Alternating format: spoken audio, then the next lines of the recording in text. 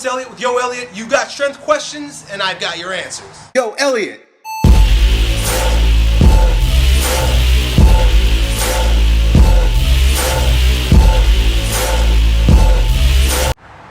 Today we got a question from Saladon89 from New York.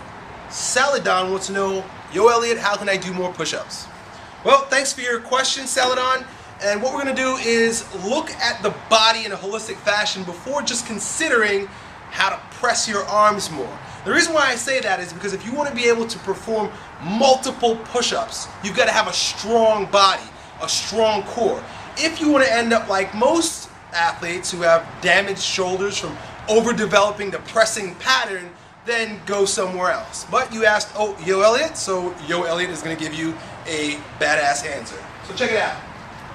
Starting at the bottom, let's consider that you have no idea how to do push-ups at all. What you want to use is a descended form of a high-quality form push-up. So what you'll do is you'll set up a bar on a rack just like this, or you could use a bench or something in that fashion. Get your hands so that they're kind of right underneath your shoulders. Set your body up so that your hips and your head are about the same height. You don't want your hips sinking below your head or being higher than your head because your core won't be activated. And the abdominals and the connection between the hips and the upper body and the shoulder girdle have to be there if you're going to be a strong, badass athlete. So, keeping that connection, we're going to lower the body, keeping the elbows tight. If you notice, my elbows are kind of out by the sides of my body. Also, you'll notice that my chin is tucked and my cervical spine is lined up with my thoracic spine. So, you'll see my head is sort of looking down. I'm not here like you see a lot of athletes that don't know what they're doing with their heads extended or their hips extended. So this is what a bad push-up would look like. You can see a lot of guys doing that. So with the descended form there, you can practice your form if you don't know how to do push-ups well. Then as you get stronger, you bring it down to the floor, and you can do them from your knees. Now another thing with doing knee push-ups or girl push-ups is you can cheat by flexing it, extending your hips also. What I want you to do is to make sure that your hips, again, are the height of your head. Lower your chest to the ground and push up out of it. Those are pretty tough, even for some guys that just can't do push-ups really well. The trick is, again, to keep your body rigid by keeping the hips the height of your head. Then you build up to your actual push-up. Again, notice the alignment of my head, my thoracic spine, my hips. They're all in one particular line. So once you've grasped the concept of how to perform a good push-up, we want to continue to ascend the exercise. One of the best ways that I found to ascend the push-up is to do band push-ups. Now this is a really light band, but you can build up to heavier bands, thicker bands, all the way through. What I like to do is put a little twist in it. Get your hands, get them right through the palm of your hands. Get down into your push-up position, keeping the elbows tight like I showed you before.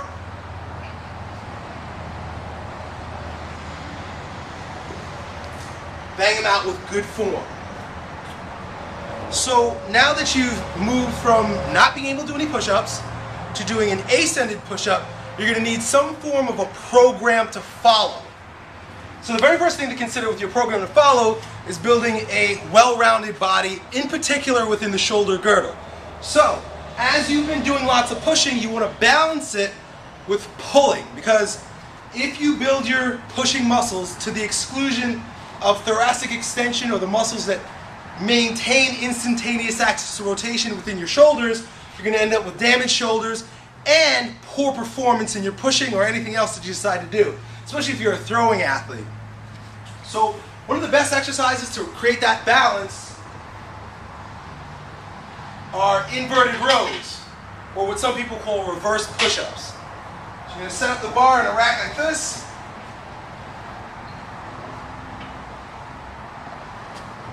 And you're going to try to keep a 1-to-1 ratio to the amount and your ability of doing this particular pulls to your push-up. So what I'm saying is, don't build your push-up without building your reverse push-up. That's going to maintain the balance in your shoulder girdle, like I said. What you're going to want to do is, over the course of time, build up your volume of these particular exercises. So starting out in the beginning, you may go once or twice a day with as many push-ups as you can on the floor. And then as time goes on, you add frequency throughout the day with those particular moves. So say I do 10 push-ups in the morning and 10 rows, and then 10 push-ups and rows in the afternoon before I go to bed, or evening before I go to bed, for a week straight. After that week, add an extra workout during the day. 10 push, 10 pull.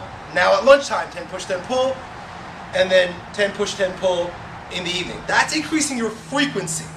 You can increase your intensity. What I'm doing is I'm showing you the different parameters that you can mess with. You can increase the intensity by adding the heavier bands as time goes on. So if you use a light band for 3 weeks, go to a medium band for 3 weeks, and then do a heavy band for 3 weeks. That'll increase your pushing ability. You can increase the volume simply by doing more push-ups at each sitting. So if you were going to do 10 push-ups normally, and you do that once a day, work up to doing 20, 30, 40 push-ups.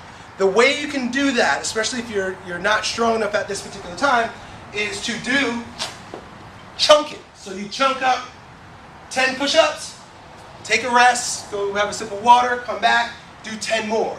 Go back, take a rest, do 10 more, 10 more, 10 more, until you get to about 100. The key is that with that particular session, you want to build density. So you don't want to be doing push-ups the entire day.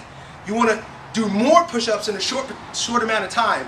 So now we're messing with the time parameters. What you want to do is, if you choose 15 minutes, and during the first week you did 45 push-ups, second week you want to take that same 15 minutes and do 80 push-ups, so on and so forth.